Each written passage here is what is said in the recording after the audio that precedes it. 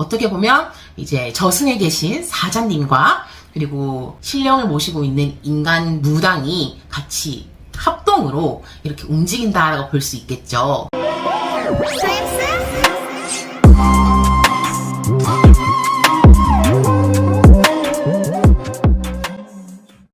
안녕하세요. 무속인 혜월입니다.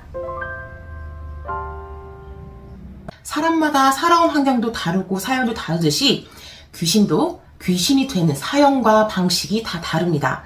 그러다 보니까 저승에서도 그 귀신을 담당하는 저승사자가 각자의 역할을 맡고 있어요. 그래서 오늘은 이 내용에 대해서 이야기를 드려볼까 합니다. 저희가 흔히 아는 저승사자는 검은 갓과 검은 도포를 입고 있는 그런 이미지를 많이 떠올리실 텐데요. 근데 저승에는 이 사자뿐만 아니라 차사, 감제사자, 시직사자, 다양한 스타일의 저승과 관련된 일을 하시는 분들이 많이 계세요. 이 존재들은 쉽게 말해서 귀신의 사연, 그리고 귀신의 스타일에 따라서 움직이시는 분들입니다. 어떤 귀신은 감정이 폭주를 해서 날뛰는 귀신도 있을 것이고, 이런 경우에 사자가 움직인다든지, 아니면 너무 억울하니까 전문 차사가 움직일 때도 있어요. 그리고 때로는 이 두 분이 함께 움직이기도 합니다. 참고로 전통 무속이나 설화에서 나오는 저승사자는 영혼을 저승으로 인도하는 그 역할을 하는 신격 정도로 나타날 수 있는데요. 차사는 왕의 명을 받고 움직이시는 분으로 조선시대에 차사 자체가 왕의 파견을 받고 움직이시는 분들이었거든요. 여기서 유래가 되어서 저승차사가 된 겁니다. 간단하게 얘기하면 사자는 말없이 조용히 영혼을 인도한다 라고 보시면 될 것 같고, 차사는 그 영혼을 불러내고 찾아내고 제압하고 봉인하고 그리고 마지막 심판까지 할 수 있는 역할을 하시는 분들이에요. 자, 그러면 어떤 귀신에게 사자나 차사가 붙을까요? 사람마다 다 성향이나 스타일이 다르듯이 귀신도 마찬가지거든요. 감정이 폭주하는 귀신도 있을 것이고, 너무 오랫동안 떠돌아서 원기가 된 귀신도 있을 거예요. 그래서 저승마다 귀신에게 맞는 사자나 차사를 배정을 합니다. 지금부터는 귀신 유형별로 어떤 사자와 차사가 움직여서 이 영혼들을 인도하는지 말씀을 드릴게요.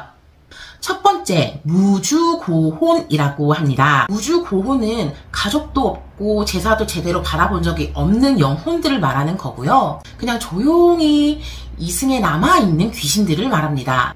이런 경우에는 그냥 저희가 일반적으로 알고 있는 저승사자가 오셔서 명부를 가지고 확인 후에 이 영혼을 저승으로 인도합니다. 두 번째는 미련귀인데요. 이승에 미련이 많은 남은 귀신들이 있어요. 가족, 연인, 그리고 내가 하고 싶었던 것을 못했던 미련이 남아있는 귀신들을 말하는 거고요. 이럴 때는 사자만 배정이 되어서 영혼을 데리고 오기에 힘들 수도 있어요. 그래서 저희 무속인들이 그런 영혼들을 달래기 위해서, 그런 귀신들이나 조상을 달래기 위해서 굿이나 치성을 통해서 마음을 풀어주고, 이분들이 왜 원한이 맺혔고 뭐에 미련이 남아서 이 이승을 떠나지 못하는지 메시지를 전달해주고 저승으로 잘 갈 수 있게 도와주는 역할을 하게 됩니다. 어떻게 보면 이제 저승에 계신 사자님과 그리고 신령을 모시고 있는 인간 무당이 같이 합동으로 이렇게 움직인다라고 볼 수 있겠죠. 자, 그리고 세 번째는 억울함이 많이 남아있는 원귀들, 죽음 자체가 억울하거나 타인으로 인해서 죽음을 맞이해서 너무나 한이 많이 맺혀있는 원귀들, 그런 원귀들은 그냥 사자가 데리고 오기는 굉장히 힘들 수가 있어요. 그래서 이때 나서시는 분이 냉정하고 이성적인 차사입니다. 상황 파악을 하고 염라대왕님께 직접적으로 다이렉트로 보고를 드려요. 그래서 이런 원귀들을 봉인을 하거나 저승 재판에 넘기는 역할. 근데 이때는 감제사자와 직부사자도 같이 움직입니다. 자, 네 번째, 악귀, 자살귀, 살귀입니다. 굉장히 위험한 귀신들에 속하는 부류고요. 살인을 저질렀거나 자살 후에 귀신이 되어서 누군가를 끌고 가려고 하는 혼들이 있어요. 그게 아니면 생전부터 나쁜 마음, 악한 마음, 악이 가득 찬 존재들. 근데 이런 귀신들은요, 죽어서도 도망을 잘 가요. 저승에 가기는 싫은 거예요. 그래서 이때는 사자와 차사님이 합쳐서 움직이세요. 한 명은 명부를 열어서 정리를 하시고, 한 분은 제압과 봉인을 하세요.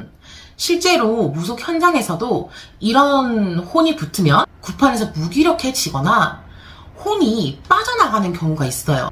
그래서 저승 사자와 차사가 함께 움직이면서 강력하게 조금 제압을 하는 방식이라고 보시면 될 것 같아요.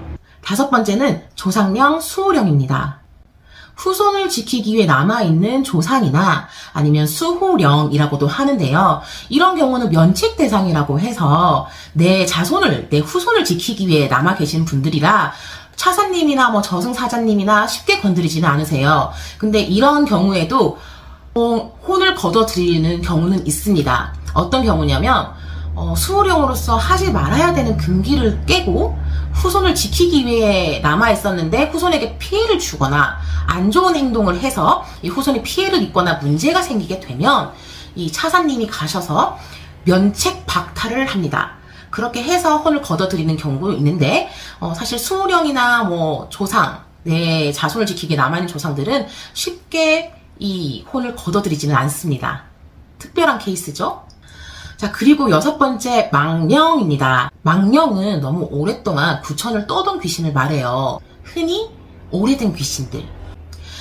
이런 귀신 같은 경우에는 이제 차사가 찾아가요. 차사가 찾아가서 여기는 이승이야, 저승이 아니야, 저승으로 가야 돼 라고 경고를 해요.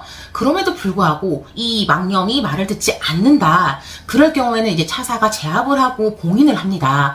그렇게 해서 저승에서의 일을 마치시는 거죠. 자, 그러면 저승인데 왜 이렇게 복잡하게 나누어서 일을 하는가?